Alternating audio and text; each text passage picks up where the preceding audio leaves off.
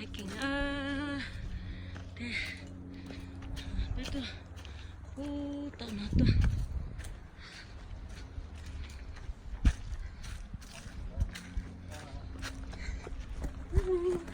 tao là tôi à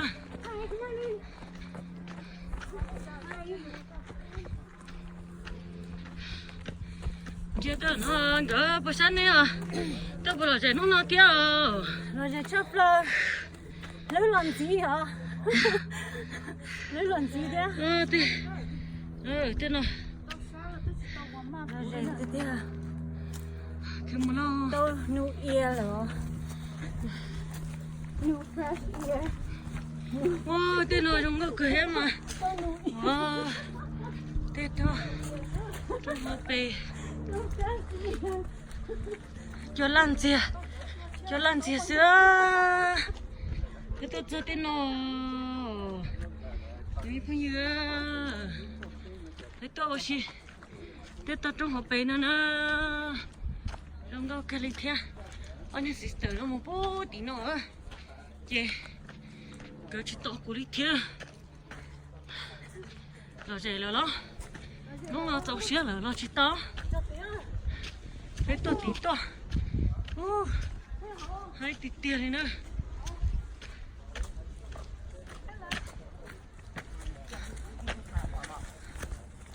yeah this is so gorgeous I love không có này yeah có hả thay thế có cái thay ở có right Basically, the insurance company doesn't know what. So she was like, no, I wanted to go to the Oh my gosh. Like third row. Third row. Sorry, thank you. okay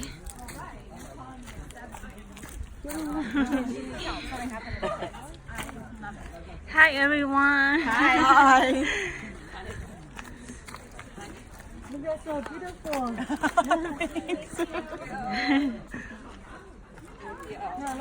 hi hi And do some riding. That's true. thank you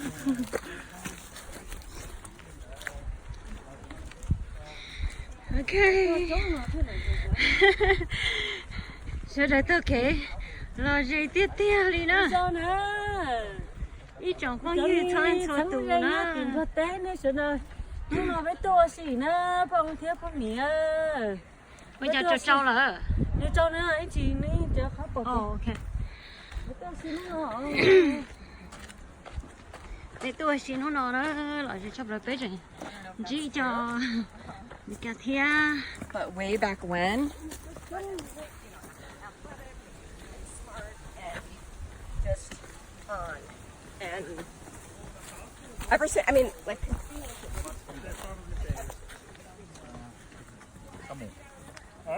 Paying for what? No, they're probably paying for Yale, not for ride.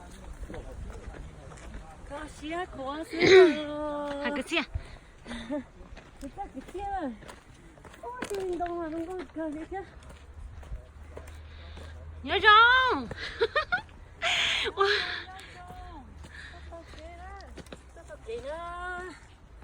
cho nó xia à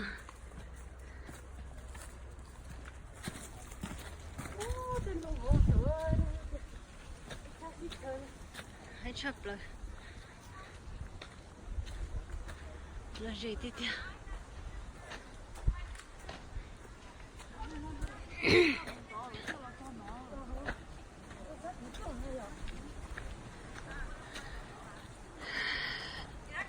đừng có hẹn nữa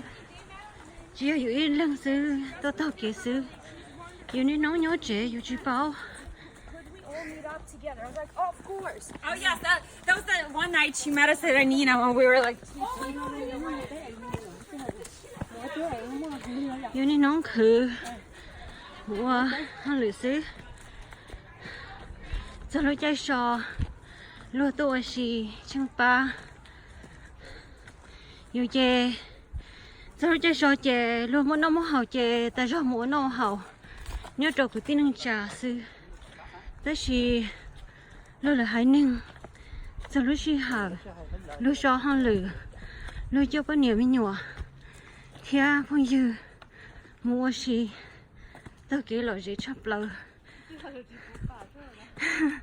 tao luôn mua cho cái em có thích chỗ này tao luôn mua lưới rong lưới ta xả một cái đây ô la lụa ô nó lo vì do lúc mua lúc xí hở nó cho lúc tự khen rồi nó biết mong biết chỉ chùa mua lúc xí hở nó biết tự khen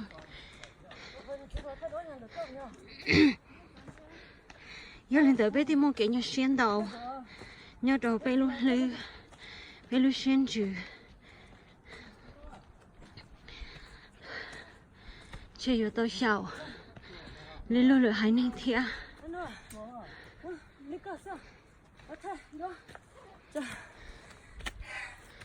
tụi cô này tụi nó nhớ tới nó này sẽ chọc lời nó sao đi này đi nó là sếp chỉ biết mà thay đổi nè tí tờ nó tụi nó chơi một số nó chơi một số chơi còn to số wow cái xe xấu nè nên chưa con nó số đến một chào ở đây có bao nhiêu thế nè chính là có chân treo tôi rồi chơi như chị tàu chưa chào thì luôn chơi cá hình mây cái gì luôn to số tiểu cá mây thôi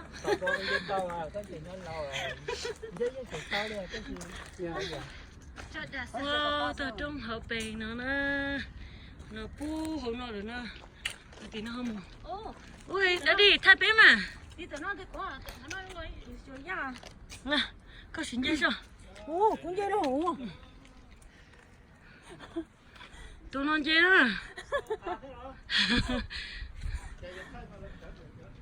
có hai tiếng à cứ tôi chơi sao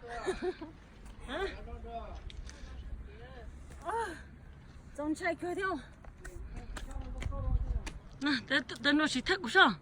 cái gì đó ok tôi muốn chơi á gì đó tôi muốn chơi à anh nói gì thế nào anh nói nè wow thế nào là tiền chơi cho số đâu ít bữa chết nhẹ nó thay đó nghe lúc có cái gì thay đó đi nó sinh tàu rồi mà đúng rồi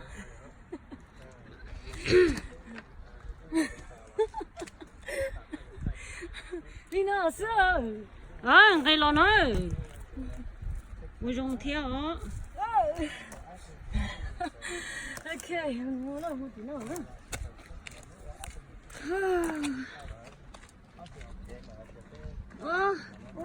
thật tí nào tí nào tổng tên rồi nó có tít tít nó tao trong hộp bể chơi tên nó anh này nè lúa tia anh này gì lúa chúng có tít tít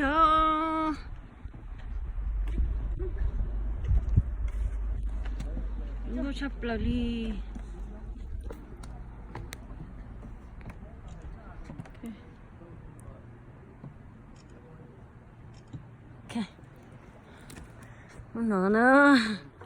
nó chỉ thấy đuôi nên nó sẽ đó